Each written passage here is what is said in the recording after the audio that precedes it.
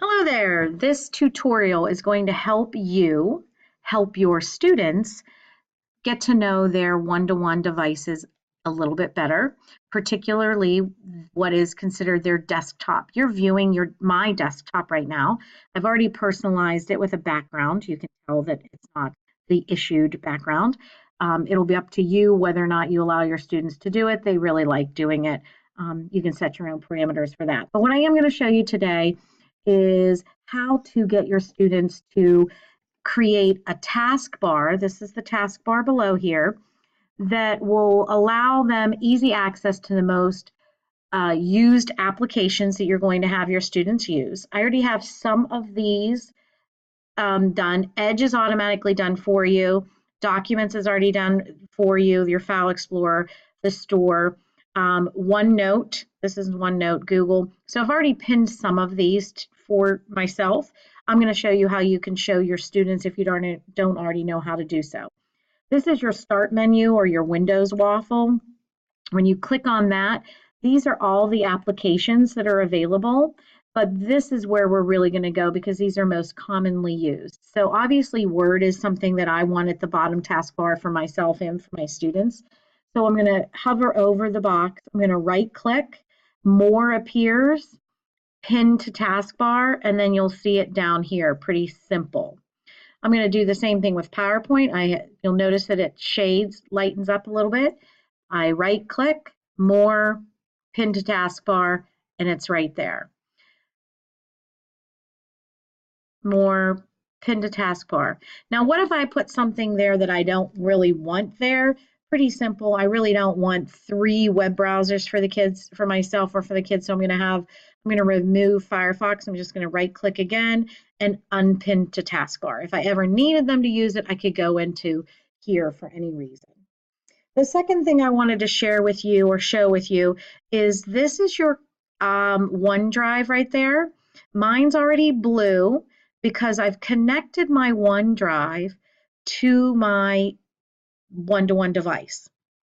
And you'll need to do that, and you'll need to have your students do that. When they get theirs, it may not be lit up in blue. If it's lit up in blue, that means it's already talking to one another. That means when they signed in to their computer, they now have access to their cloud-based storage, which is their OneDrive.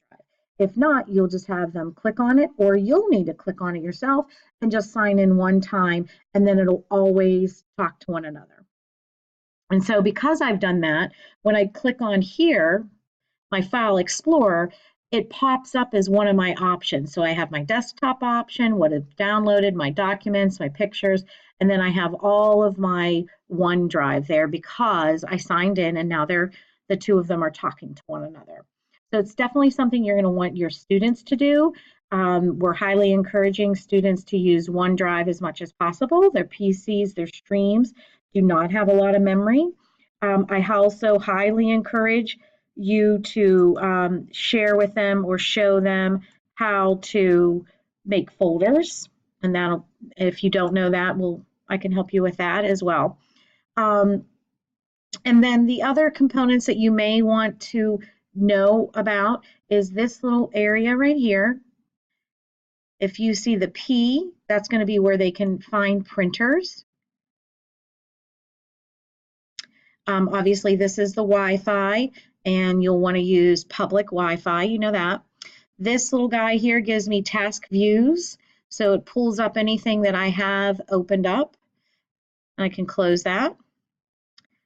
And this over here, these are the other applications that you have if you want them. If you want them to go into here, say I want,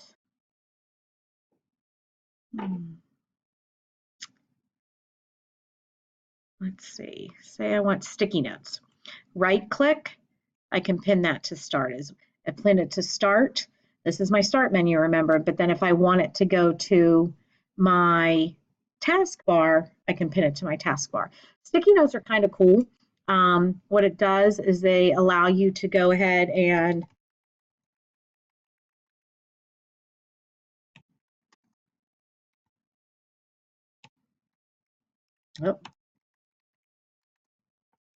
A lot of my students in the past have used this like maybe as their homework reminder, things to do, that kind of stuff, and it'll stay on their desktop until they trash it.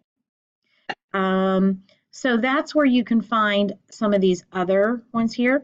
This, of course, is another place you can get File Explorer. This is the settings. This is where they can do personalizing. You can personalize. And then this obviously is your power. But this little thing here, this is me. And this is a way that if you're sharing computers and you're using, if you have to share computers, this is where you're going to want your students to sign out at the end of every class so that it can wipe everything out. So you want to sign out there that's using that. And that's about it.